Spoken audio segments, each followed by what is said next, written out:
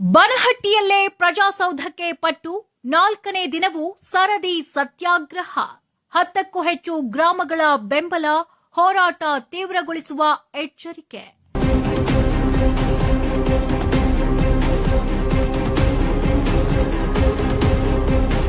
ಪ್ರಜಾಸೌಧ ಬನಹಟ್ಟಿಯಲ್ಲೇ ನಿರ್ಮಾಣ ಮಾಡಬೇಕು ಎಂದು ಆಗ್ರಹಿಸಿ ನಡೀತಾ ಇರುವ ಸರದಿ ಸತ್ಯಾಗ್ರಹ ಇಂದು 4ನೇ ದಿನಕ್ಕೆ ಕಾಲಿಟ್ಟಿದೆ. ಬನಹಟ್ಟಿ ನಗರದ ಹಿರಿಯರು, ವಿವಿಧ ಸಮಾಜಗಳ ಮುಖಂಡರು ಮಾತ್ರವಲ್ಲದೆ ಸುತ್ತಮುತ್ತಲಿನ ಗ್ರಾಮಗಳ ಜನರು ಕೂಡ ಹೋರಾಟಕ್ಕೆ ಬೆಂಬಲ ನೀಡ್ತಾ ಇದ್ದಾರೆ. ಹೌದು, ಬನಹಟ್ಟಿಯಲ್ಲೇ ಪ್ರಜಾಸೌಧ ನಿರ್ಮಾಣವಾಗಬೇಕು ಎಂಬ ಕೂಗು ಇದೀಗ ಬನಹಟ್ಟಿ ನಗರಕ್ಕೆ ಮಾತ್ರ ಸೀಮಿತವಾಗಿಲ್ಲ.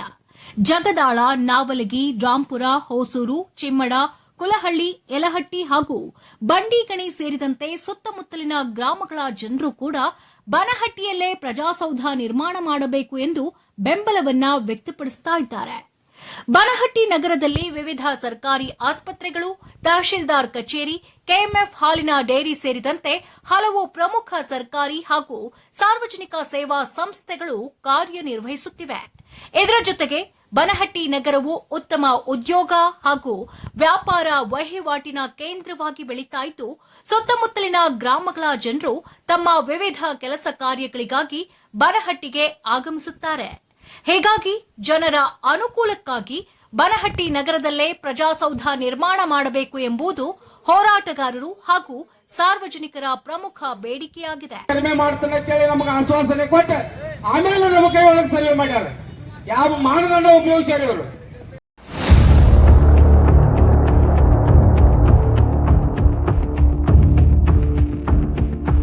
ಈ ಹೋರಾಟಕ್ಕೆ ದಿನದಿಂದ ದಿನಕ್ಕೆ ಬೆಂಬಲ ಕೂಡ ಹೆಚ್ಚಾಗ್ತಾ ಇದೆ.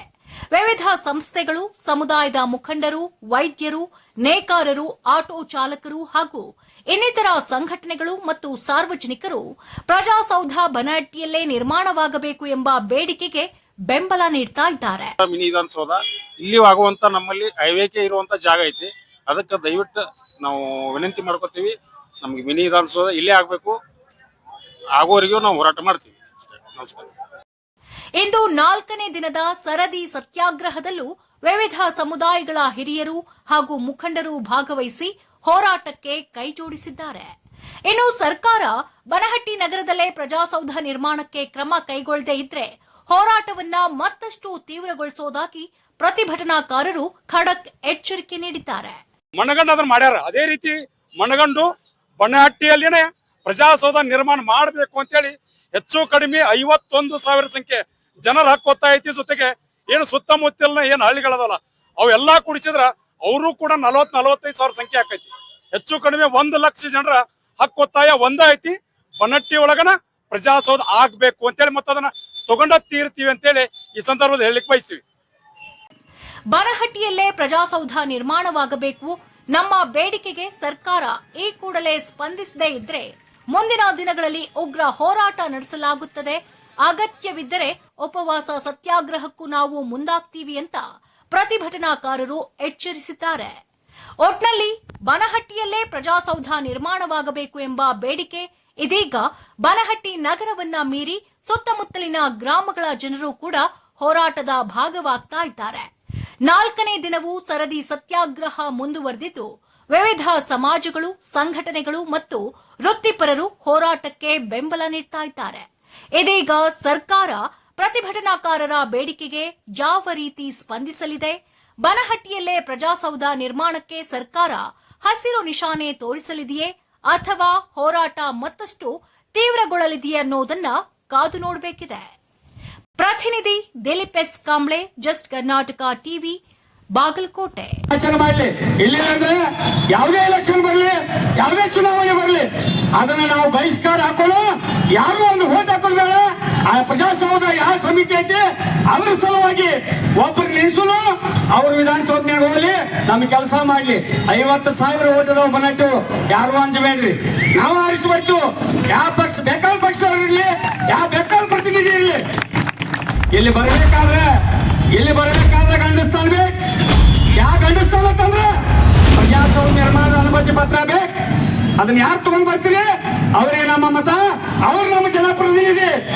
ಇದನ್ನ ಎಲ್ಲರೂ ಮನಗಂಡು ಇವತ್ತಿನ ದಿವಸ ಪ್ರತಿಜ್ಞೆ ಮಾಡೋಣ. ನಮ್ಮ ಜೀವ ಹೋದ್ರು ನಮ್ಮ ರಕ್ತ ಹೋದ್ರೂ ಬಿಡಂಗಿಲ್ಲ.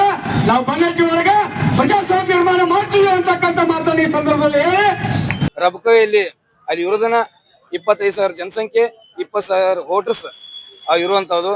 ಮುಂದೆ ಅವರು ಬೆಳಿಗ್ಗೆನು ಇಲ್ಲಿ ನಮ್ಮ ಮುಂಜಾನೆ ನಮ್ಮ ಊರಿಗೆನ ಮಾರ್ಕೆಟಿಗೆ ಬರ್ತಾರೆ. ಅವರು ಕಾಯಿಪಲ್ಲೆ ಮಾರ್ಕೆಟ್ಗೆ ಆಗಿರ್ಬೋದು, ನಾಷ್ಟಾ ಕೈಗಳು ಇನ್ನಿತರ ಆಗಿರೋರು ನಮ್ಮ ಊರಿಗೆ ಬಂದು ಅವ್ರು ಮಾಡುವಂತ ವ್ಯವಸ್ಥೆ ಅವರಲ್ಲಿ ಐತಿ.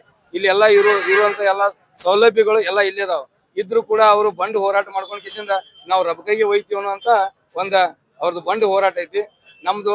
ನಮ್ಮ ಹೋರಾಟ ಏನೈತಿಪ್ಪ ಅಂದ್ರ ನಮ್ದು ಕಂದಾಯ ಇಲಾಖೆಯಿಂದ ಇರುವಂತ ಜಾಗೆ, ನಮ್ದು ಸುಲದ ಬಾಳಿಕ ಇರುವಂತ ಒಂದು ವ್ಯವಸ್ಥೆ ಐತಿ.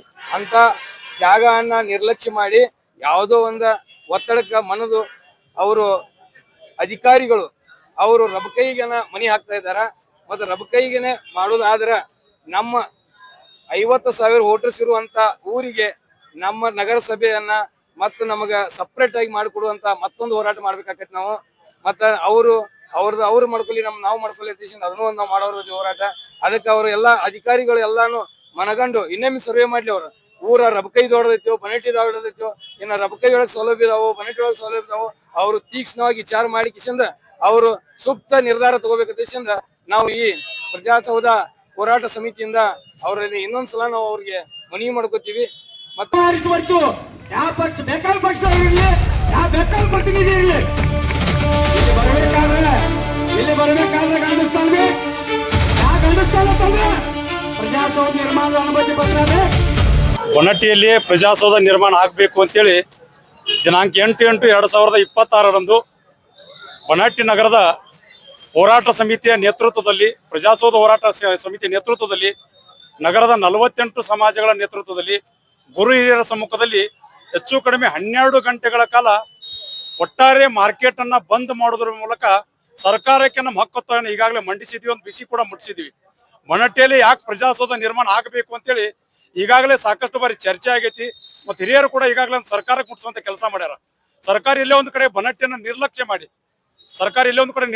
ಅಂತ ಒಂದು ದೊಡ್ಡ ನಗರವನ್ನ ನಿರ್ಲಕ್ಷ್ಯ ಮಾಡ್ಯಾರ. ಯಾಕಂದ್ರೆ ಈಗಾಗಲೇ ನಮ್ಮಲ್ಲಿ ನ್ಯಾಯಾಲಯ ಐತಿ, ಜೊತೆಗೆ ಸರ್ಕಾರಿ ದವಾಖಾನೆ ಐತಿ, CPI ಆಫೀಸ್ ಐತಿ, KHDC ಐತಿ, ಡಿಂಪೋ ಡೇರಿ ಐತಿ, ದೊಡ್ಡ ದೊಡ್ಡ ಶಿಕ್ಷಣ ಸಂಸ್ಥೆಗಳದಾವ, ಜೊತೆಗೆ ಸ್ಟೇಟ್ ಬ್ಯಾಂಕ್ ಐತಿ, ಟ್ರೆಜರಿ ಐತಿ, ದನದ ದವಾಖಾನೆ ಐತಿ, ಜೊತೆಗೆ ಸ್ಪಿನ್ನಿಂಗ್ ಮಿಲ್ ಐತಿ.